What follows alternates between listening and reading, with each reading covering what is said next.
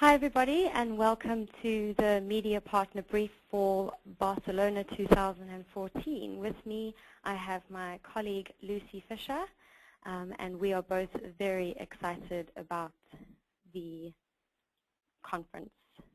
So you probably know me already. I'm marketing manager at iForPharma, and you've probably spoken to me over email or on the phone.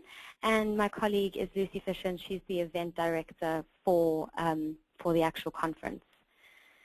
I just want to give you a little bit of background about why we are doing today, or why we're doing today, but some housekeeping first. I think we're going to give you an opportunity to ask us questions, but this will be at the end. So type them as in the question panel that you've got on your right-hand side. Type them in, send them in, but we will deal with them at the end. But please do send them throughout the presentation.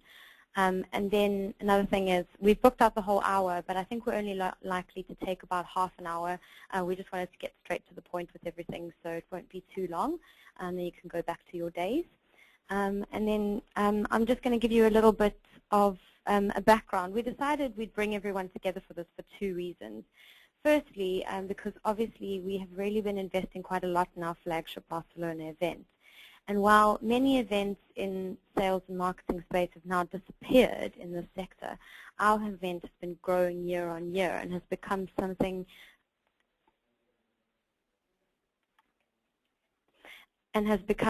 quite big within our industry. And we're doing more and more to make that the case. Indeed, this year we're upping our spending by around 30% to really ensure that this is the one event that everyone shows up at. We're up 50% on interest and registrations compared to this time last year. So we're really giving it all our time and effort for the push this year. The second reason is because we want to turn this event into something a little bit different, where you can also share in the success of what we're doing. We're going to talk about this later on in the webinar, where we'll be explaining how you yourselves can get in on the action, both with the event itself and how you can benefit financially from it. Finally, I also hope that by speaking to you now, in around 6 months before the event actually takes place, we can take advantage of any ideas that you have, and you'll be able to gain a lot from telling us your ideas, and then we can put plans in place. And it's just about closing the gap between what we know and what we think you know, and what you have and what we think you have, and closing that up and building a marketing plan together. So I think without further ado, I'm going to pass over to Lucy. Thank you, Serena. Thank you for joining us today, everyone. So as Serena said, I am the event director for next year's Barcelona 2014 event. We have been researching the agenda for the past few months. We are getting more speakers on board for the conference every day, and we're getting ready for the launch, which will be in 2 weeks' time, when we send out the brochure to everyone for the conference itself. So I just want to give a bit of background to you all. I'm sure some of you are aware, but I know some others are new to iForPharma. So first of all, our Barcelona event is iForPharma's flagship event. It's been running for the past 12 years. It started off as just a sales-focused event, specifically SFE.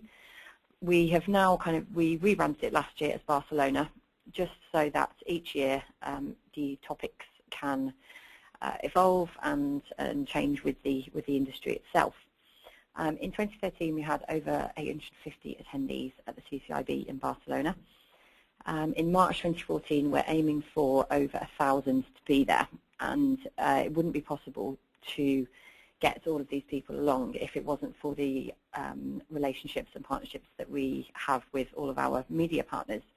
So, which is why we felt it was really important this year that we start out early on and get the best out of the relationship, and make sure that you guys are fully involved in the kind of development of the conference as well. We see the whole event as actually just a means to an end. It's a major opportunity, we feel, for the industry. The industry doesn't have the best of reputations, so we like to, build a platform for everyone from the industry to come together and figure things out collectively.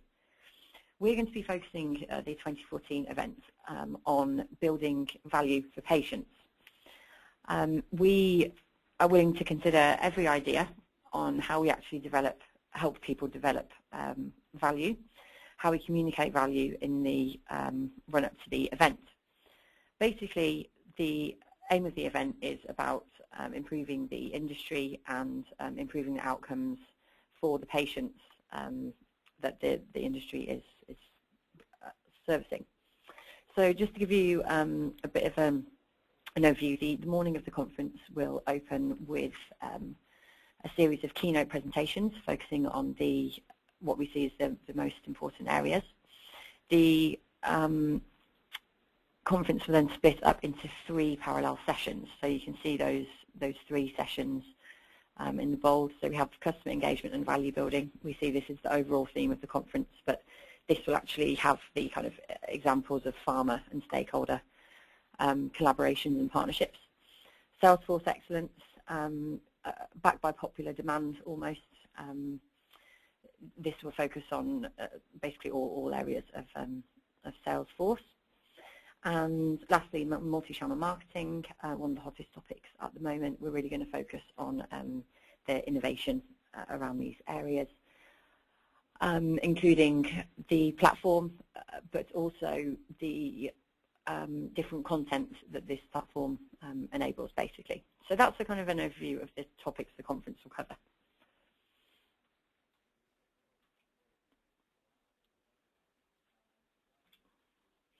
Just to give you a bit of information about the kind of audience that we are looking to attract to the event. So this is just a breakdown here of who attended the event earlier in March this year. So as you can see, it's very heavily European focused. The main countries obviously being UK, Spain and Germany there. We do also attract people over from North America. You can see Canada and USA there. And this is a global event as well. So we do see countries demonstrated there in the other column. We're also looking to increase the audience, particularly within Eastern Europe as well. So this is just to give you an idea of who we're looking to attract and what we can expect to do that.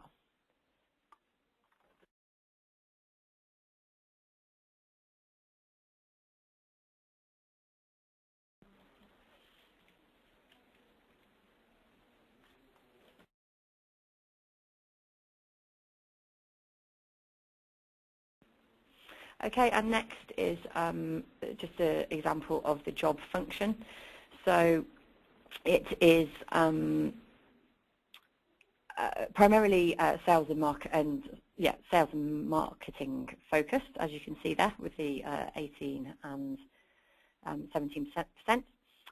We've also kind of gone down into a bit more of the specifics of job titles from within the commercial sector, CAM and CRM, for instance, because they will be big topics again. Also, we do attract the kind of solution provider side of the industry too. So we are looking to also kind of include that within our target audience as well. And then we move on to seniority. So the audience that we have is definitely the decision makers from the industry. So we see that as being from manager level and above. As you can see there, the biggest sector is, the biggest proportion of the industry is director level and above.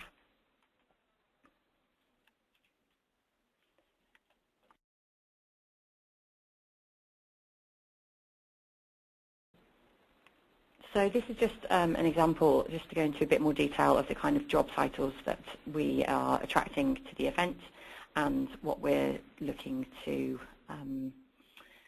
be at the event for next year as well. So this will hopefully help you when it comes to kind of who we want to segment and hopefully attract along to the event as well. So now I'm just going to hand back to Serena, who is going to go into a bit more detail about how we're going to get the message and the theme of the conference, basically spread the word out into the industry. So over to you, Serena.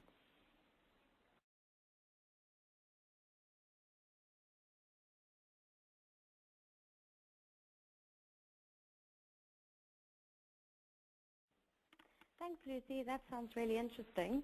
I'm now going to kind of try and contextualize everything she said into our timeline and into our marketing plan. If you could, we've just had a couple of people say that they can't hear us. So if you could all just give me a shout out to let me know that you can hear me in the chat box or the question panel, and then I'll continue once I know that everyone can hear us. So I'll just give you an opportunity to type that in.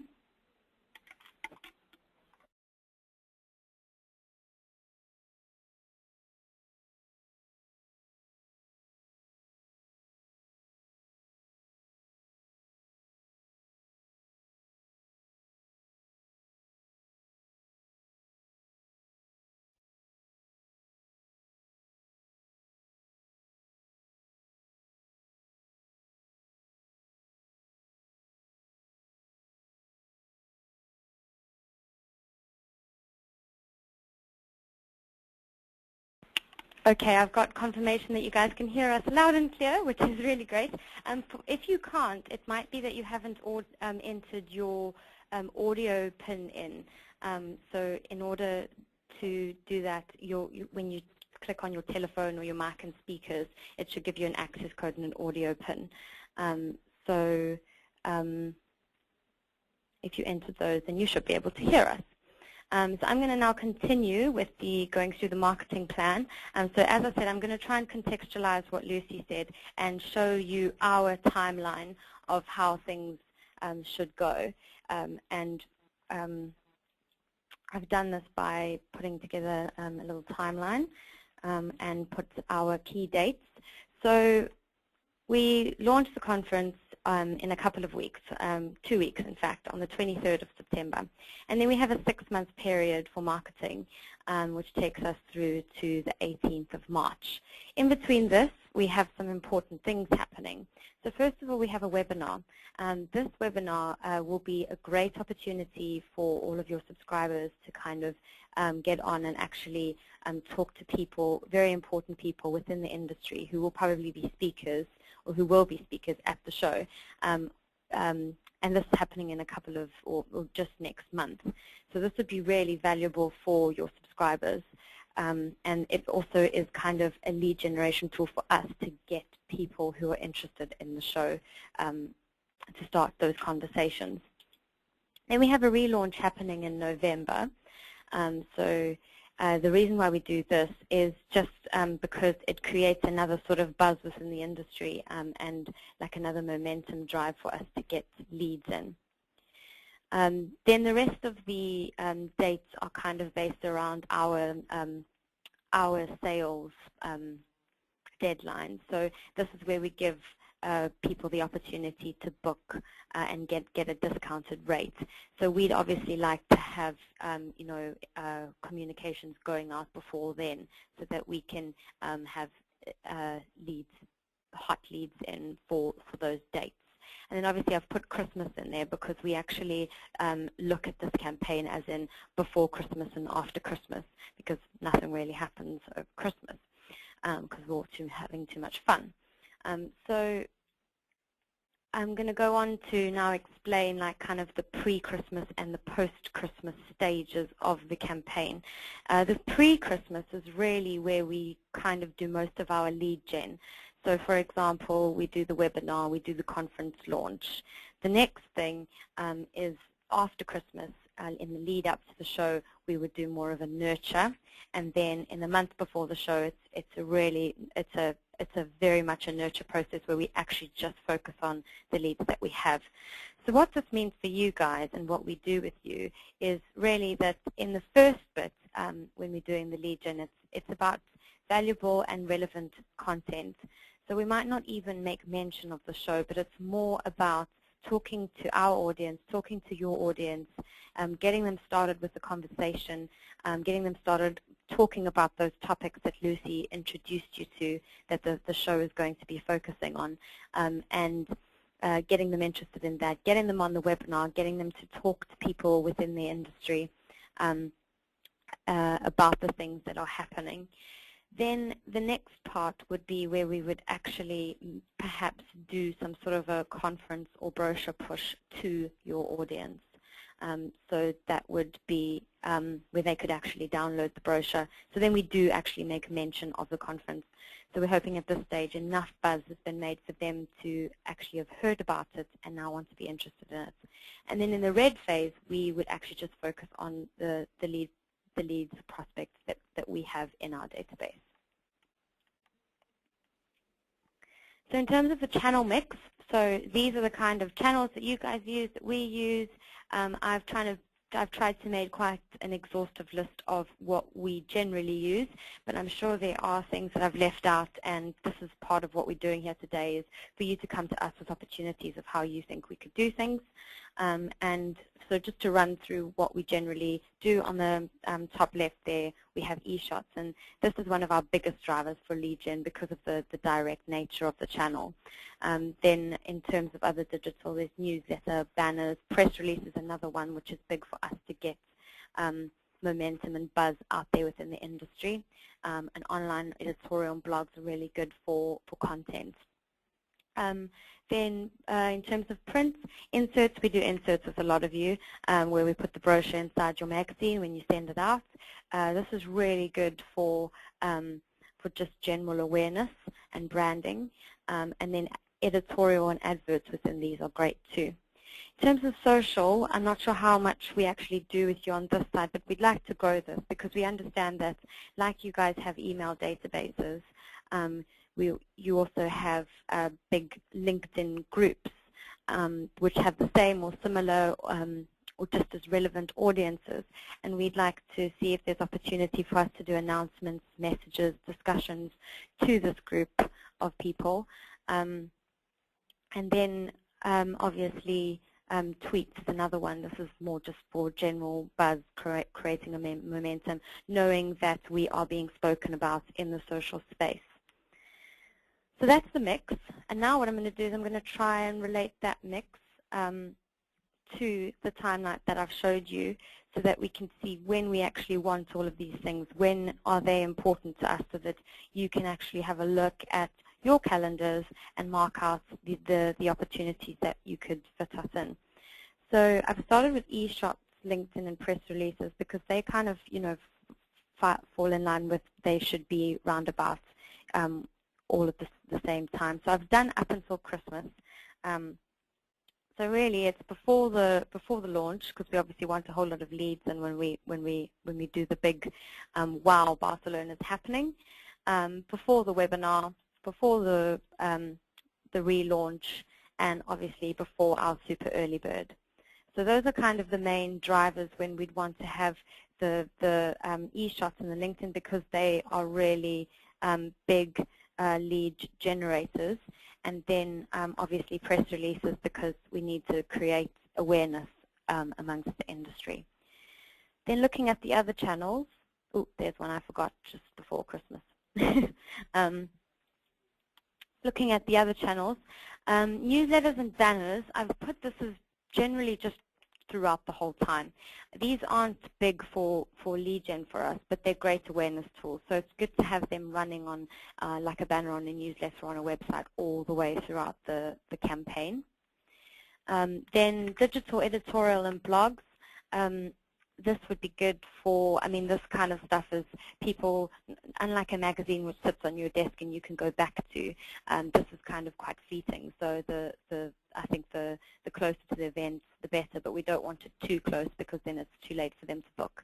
So I would say that any editorial and blogs and online kind of editorial would be best placed January onwards. Then in terms of print editorial, I think that these could kind of take place before and after Christmas, depending on when you have magazines going out. It's great to have our awareness there in the industry. And then inserts, again, we'd like to have them, I would say, from the beginning of November onwards, and then from the beginning of January onwards. So we have two kind of concerted pushes for these. So that is kind of how everything fits together, our key dates, our and our channels, and how we would like to see it go. So just to wrap that up in terms of what we see as a good campaign, we want a good lead gen campaign with e-shots, LinkedIn, inserts to kind of get those leads in. We want to build big momentum for the entire period for the show with adverts, banners, press releases, newsletters. And then one thing that we have done with a few of you, which we think ties everything really nicely together, is some sort of a post-conference wrap-up. So this is like an editorial in your magazine or an online piece about how great the show was. And this kind of gives us a chance to kind of do like a register your interest, where we can kind of get new people interested for next year once they've seen the success of this year. In terms of what we offer, we obviously, a lot of you have been to Barcelona, so you know how great it is. So we offer press passes. We offer editorial opportunities on iForPharma. We also offer content opportunities on your site. So we could give you content for your site or introduce you to speakers for you to have articles on your site. We do well, obviously you'd be branded at the show and branded in the event guide. These, I mean, they're quite specific, these partnerships that we do with you. So I'm not saying this is an exhaustive list. I'm sure there are other things, and that would be up to a personal conversation. Then just to step away from this for a second and introduce something that we could offer that we are thinking of offer, because there's quite a bit of interest in it. But we're actually looking at doing some sort of an affiliate scheme with you guys. Now this is, I mean, you guys, as I said, are very important in terms of our partners in the show, and the most important for us for lead generation. And we'd like to give you the opportunity to actually directly sell tickets for us. So currently our relationship works where you are the link between us and our leads. What we'd like to see happen, or see if it can happen, is where you are the link between us and our delegates. So you would become partners or resellers for us, and obviously there would be financial compensation for that. So I want to do a couple of polls to see if this would be of interest. So bear with me while I launch one. You should see it up on your screen now. So the first one is, do you think that running an affiliate scheme is a good idea in general, whether you take part or not? So just a general one. I'll give you a couple of seconds to answer. 5, 4, 3, 2, 1. Okay, I'm going to close that. And you should see the results. So, okay, 31% say yes, that's great. And 54 say you're not sure. Well, I guess that can be for, we can have further conversations. And 15% say no. I guess that we can have follow-up conversations as to why you don't think it would be. Well, actually, the next question is alluding to that a little bit. So let's get on to the next one. So would your company be interested in an affiliate scheme? Yes, no, no, it does not suit our business model, not sure, I need more info, or not sure, this is not my call. So let's just wait for the results to come in. I'll give you a couple of seconds.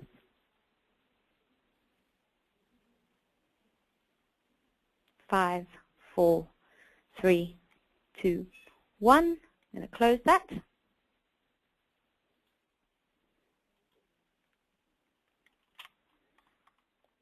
Okay, so most of you need more information, which is great because this is I guess this is the opener for that conversation. So look forward to many conversations about that. And then for those of you who've said not sure, it's not my call, if you could drop a line to whoever's call it is and make the introduction for us, that would be really good. And then we can kind of have that conversation with the right person. And then for the 8% who said no, we understand that this is not, it doesn't suit like everybody's business model, I guess. Okay, and then the last one is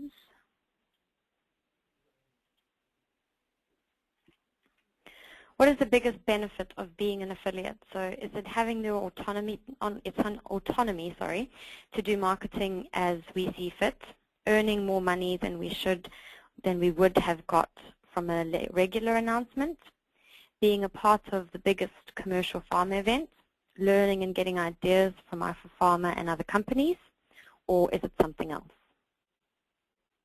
So I'll just let you answer those. Give you a couple more seconds.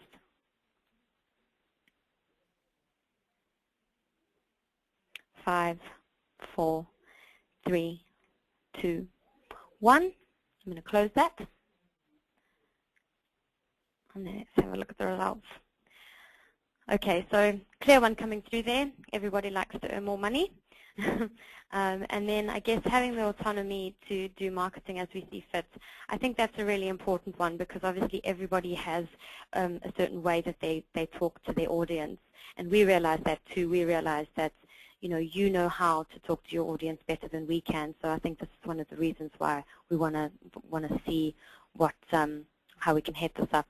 For the people who said something else, I'd like to hear about that. So please get in contact about that.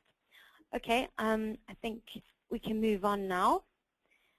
So thanks for letting me do that little bit of introduction to that. And as I said, please do get in contact. Now I think we're coming to the questions part.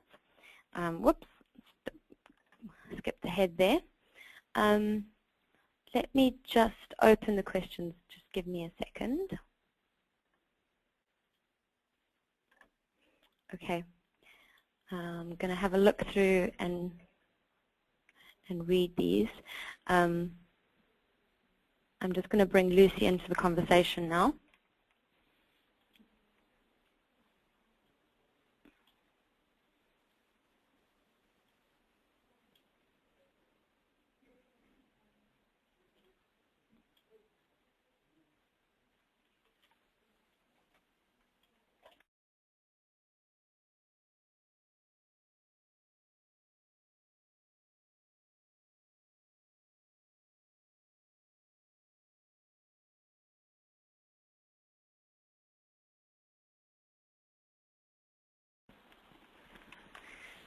Right, we've got the questions up.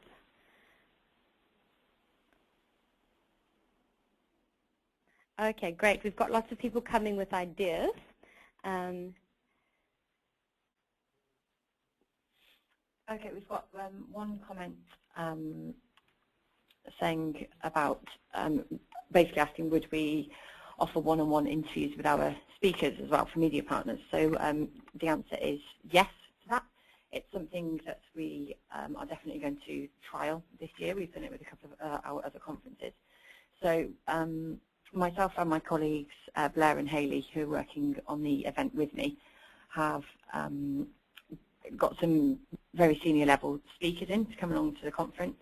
And as long as everything's okay from their side, that they can be involved in external iFarmer interview, then that's definitely something we can do, and we can facilitate the necessary introductions, and then you would then be able to put that interview into your publication, and then we'd also obviously want just a mention of the Barcelona conference at the end of that interview or article, whatever that might be. So if that's something you would be interested in, then just drop myself or Serena a line, and then I'm sure we can sort that out. Okay, then we have another question, which is print still viable? Very interesting question, and the answer is yes, it is. We have this question all the time from people saying, you know, why should we still be sending brochures out in the post?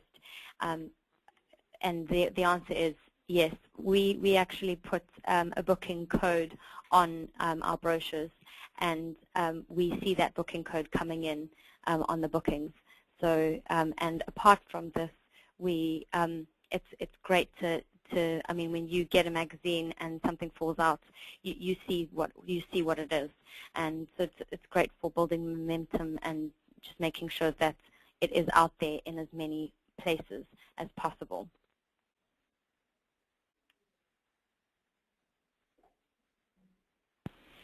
Are there any other questions, whether it be to do with the channel mix we're thinking of, the marketing plan that we've specifically got for the Barcelona conference, or maybe the affiliate scheme itself? Please just do type your questions into the box on your screen. Okay, so we've got a question about an audio brochure, and we have got a Barcelona video, which we do send out to people. So that kind of is what our audio brochure is. Also, in terms of the webinar is a massive kind of driver for this. So, I mean, the print brochure, it really serves a different purpose to this, obviously.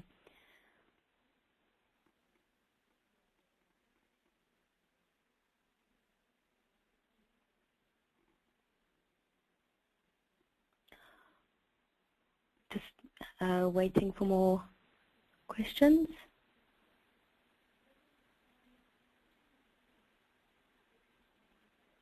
Okay, so we've got a question. How can media partners get involved and benefit?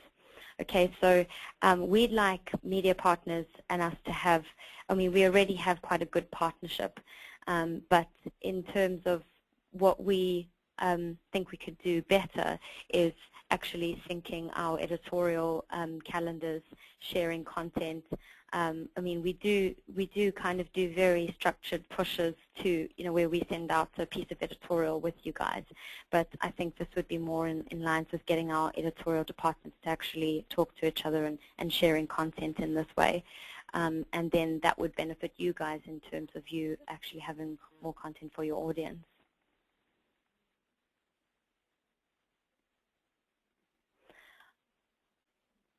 Okay, I think, one more.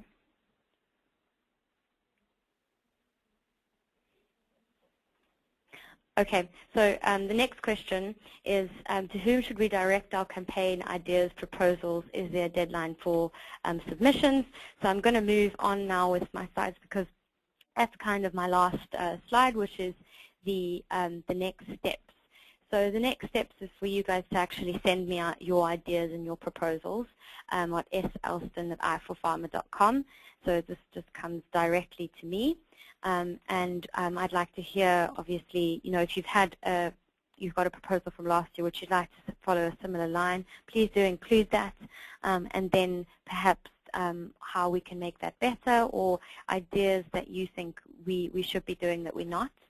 And in terms of deadlines for submissions, there are no deadlines for submissions. The only thing that we'd say is that we'd obviously within the next month like to get as many opportunities as possible and